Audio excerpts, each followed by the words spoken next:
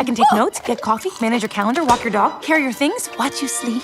I don't know if people have discussed this already, but when I watched the movie, I was like, Riley is very into her new friend. Can we talk about this? Were there discussions in the writer's room about whether there is just, that cool kind of like first new best friend or girl crush? Oh, I mean, I think that the discussion throughout the entire film was just to give her someone to look up to, like a freshman looks up to a senior, I mean, girl crush in that way, that like, it's like there's someone who, I always had this in school too, where you see someone who seems way older, but they're like probably 18 months older, but they've just found a confidence in themselves that speaks to where people want to be at that age in life, and so to give someone, frankly, it's not even age, it's confidence, and we wanted to give her that character to then give her anxiety, to then give us a movie. Yeah. I love it. Now, while we wait for Inside Out 3, what are you working on? My friends at IMDb told me that there is a script for a movie, Toto, Wizard of Oz. Is that a thing that you're doing? What's going on with that? Yeah, I wrote an animated film called Toto for Warner Brothers that's currently in development. Hopefully that'll come out in the next couple years. I have a new TV show on Starz that's coming out called Masquerade that we're going in the writer's room on Monday to start that. I don't know if I should tell you about the other one, but there might be a musical, and it might involve Chris Pine, and it might involve Amy Adams, but no one has heard about that yet, so we'll see. I loved Nosferatu. It engendered much debate amongst my friend group. What was for you the scene that stood out most during the filming? To make or to watch? To make while you were filming it. What was most challenging or most exciting for you? The whole thing is just tough stuff, which makes it fun, and you just try to make puzzles for yourself the whole way through. So yeah, from the first scene to arriving at the Roma village to lighting the crossroads to, the castle to sunrises to sunsets, we try to keep it tough the whole way through. And then when watching, was there one that you were like, yes, that is exactly as I intended, 100% A+ to myself? I mean, you can get 95% happy, and I think that happened in the crypt and the crossroads and the some of the castle stuff, especially, yeah. First, do you each have a scene that you were most excited to see the final result of? That either it was the closest to what you imagined, or that you were excited by the difference? I mean, a very, very obvious one would be the migration scene at the center of the film. It's one of the scenes that, as I read the book for the first time, Peter Brown's novel, that scene in particular, I saw very, very clearly. And that was one of the scenes I actually storyboarded, because I thought I know exactly what I want. You don't do that one time. You watch that scene hundreds of times in your own head before you commit it to paper. So so that one for me was the one. I mean, for me, I say this a lot. I've got at least 12 favorite scenes in this movie, and each time I get asked this, I sometimes choose a different one. But today I'm going to go with the Winter Storm, which is the moment where, Roz is at her emotional low. She's had to send her son off and not knowing if she's ever going to see him again.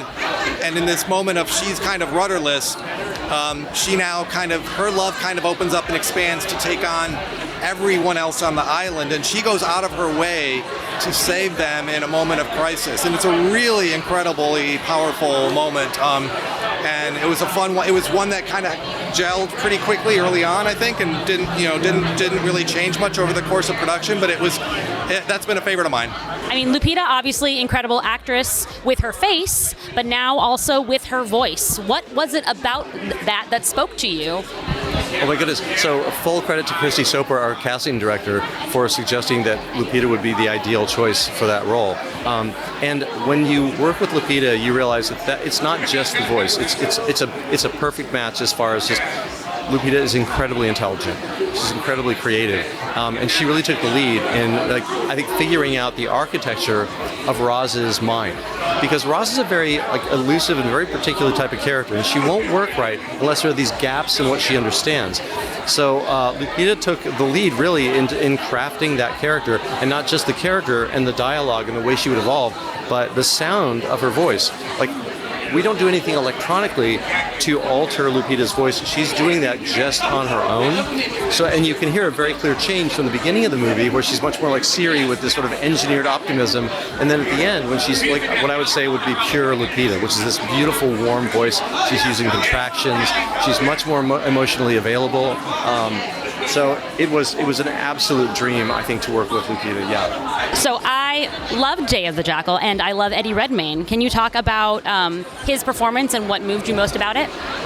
Well, he was. The good news is he was really who we wanted to play the part, and very rarely do you get the actor you really want that was top of your list for all kinds of reasons. I think he might have been thinking if he was to do an episodic TV show, what would that look like? What would it be? So I think he'd been interested in television for a while. He also loved the 1970s movie, the Fred Zinman film. He loved that film. He remembered the performance of Edward Fox in the original film. I think quite inspired him as a young man, a young actor. So the idea of reprising that character but in a contemporary reworking of the show was something that really interested him. Diplomat, amazing. Finale, shocking. What are we doing now that the call is coming from inside the house? What are we doing? We're almost done with season 3. Can you guys tease, whether as vague as you want, what are we expecting in season 3? I think what we've heard the most in the filming of season 3 is that we may have topped season 2. And the addition of Bradley Whitford. So I think that's something to look forward to. Beyond that, we cannot disclose. Yes. Can you disclose your thoughts on the current state of Hal and Kate? Is this marriage, can we make this work? Is it too toxic to function? What are we doing? That's a big part of season 3.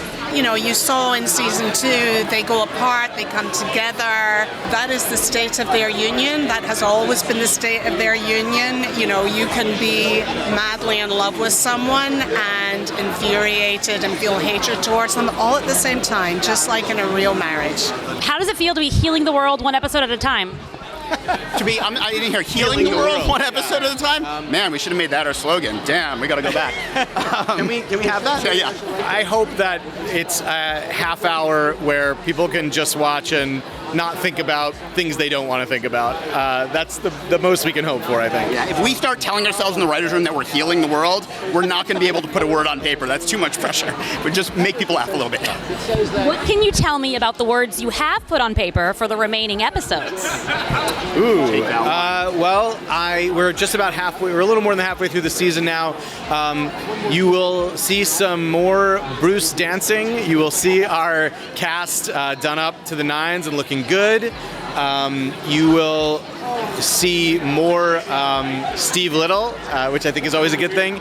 And I really think that we have hit our stride in my view in the season, and I just felt like it kept getting better and kept getting funnier as it went on. So I'm very excited. It does feel like it's a snowball, and not that it's going downhill, but it's getting bigger and increasing, and it's so exciting. You've been renewed for season 2. Very exciting. I have a very important question for you. How long will it take Serena and Matt to get together, and should they? I'll never tell. Yeah. All I can say is that there will be some movement in that story by the finale. That's all I can promise.